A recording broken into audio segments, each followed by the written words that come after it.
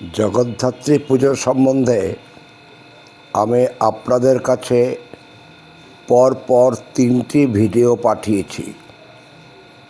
প্রথম ভিডিও, দ্বিতীয় ভিডিও এবং তৃতীয় ভিডিও আজকে পাঠাবো। এই ভিডিওর মাধ্যমে আমি পশ্চিমবাংলার বিভিন্ন স্থানের জগদ্ধাত্রী পুজোর যে আলোক উজ্জ্বল একটা উৎসব, হিন্দু উৎসব, সেই উৎসবকে আমার সাধ্যমতো আমি আপনাদের সামনে তুলে ধরেছি। আজকে আমি আপনাদের চন্দননগরের জগদ্ধাত্রী পুজো সম্বন্ধে দুই একটি কথা বলবো। আমি আগেই বলেছিলাম আমার ভিডিওতে যে রাজা কৃষ্ণচন্দ্র নবাব আলী বর্দী খাঁয়ের আদালতে সাজাপ্রাপ্ত হয়ে বন্দী হয়েছিলেন এবং মুক্তি লাভ করেন দুর্গা দশমীর দিন। রাজা কৃষ্ণচন্দ্র রায় মুক্তি লাভ করে গঙ্গার পাড় দিয়ে হাঁটছেন এবং গঙ্গা স্নান করছেন অশ্রুসিক্ত নয়নে, এবং ডুব দিয়ে উঠেই উনি মা দুর্গার দর্শন পেলেন এবং ক্রন্দনরত অবস্থায় মহারাজা কৃষ্ণচন্দ্র রাজপ্রাসাদে ফিরে যান।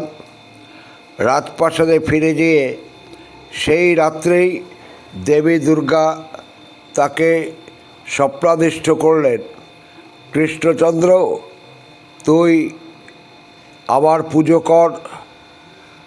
কার্তিক মাসের পরে দীপান্বিতা কালী পুজোর পরে যে সপ্তমী, অষ্টমী, নবমী এবং দশমী, সেই দশমীর পরে দশমী তিথিতে তুই আমার পুজো কর।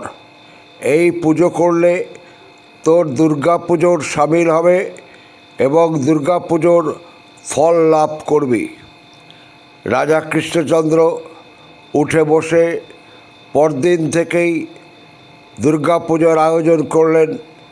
1 বছর পরে সেই নির্দিষ্ট তিথিতে দেবী দুর্গার মূর্তির বদলে হস্তির উপরে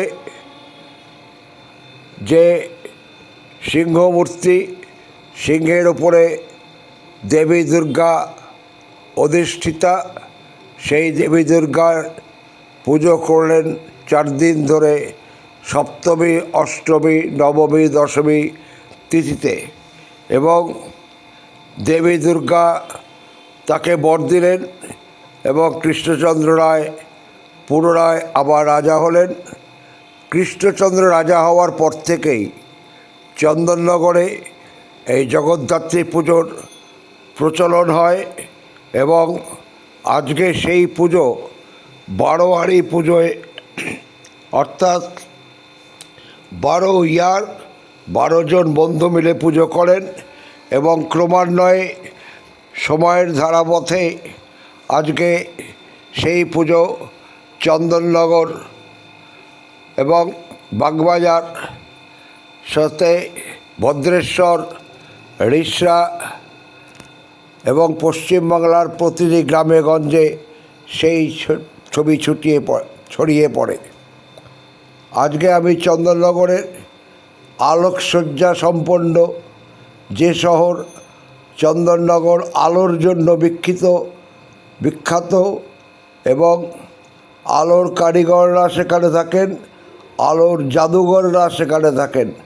তারা আলোর মাধ্যমে বিভিন্ন দৃষ্টি ফিরিয়ে দেন মানুষের মধ্যে, বিভিন্ন দৃশ্যাবলম্বী ঘটনাগুলো, আধুনিক ঘটনাগুলো তারা আলোর মাধ্যমে ফুটিয়ে তোলেন। তেমনি আজকে ভারত বিখ্যাত চন্দননগরের এই আলোকসজ্জা সম্বলিত মা জগদ্ধাত্রীর কিছু ছবি ও ভিডিও আপনাদের সামনে তুলে ধরছি। যদি আপনাদের এই ছবি ও ভিডিও ভালো লেগে থাকে তাহলে আপনারা অতি অবশ্যই লাইক, সাবস্ক্রাইব এবং শেয়ার করতে ভুলবেন না। আপনাদের শেয়ার, লাইক এবং সাবস্ক্রাইব আমার পথেও আপনারা দয়া করে লাইক, সাবস্ক্রাইব এবং শেয়ার করবেন যদি এই ছবিটি ভালো লেগে থাকে, ভিডিওটা ভালো লেগে থাকে। ধন্যবাদ, নমস্কার।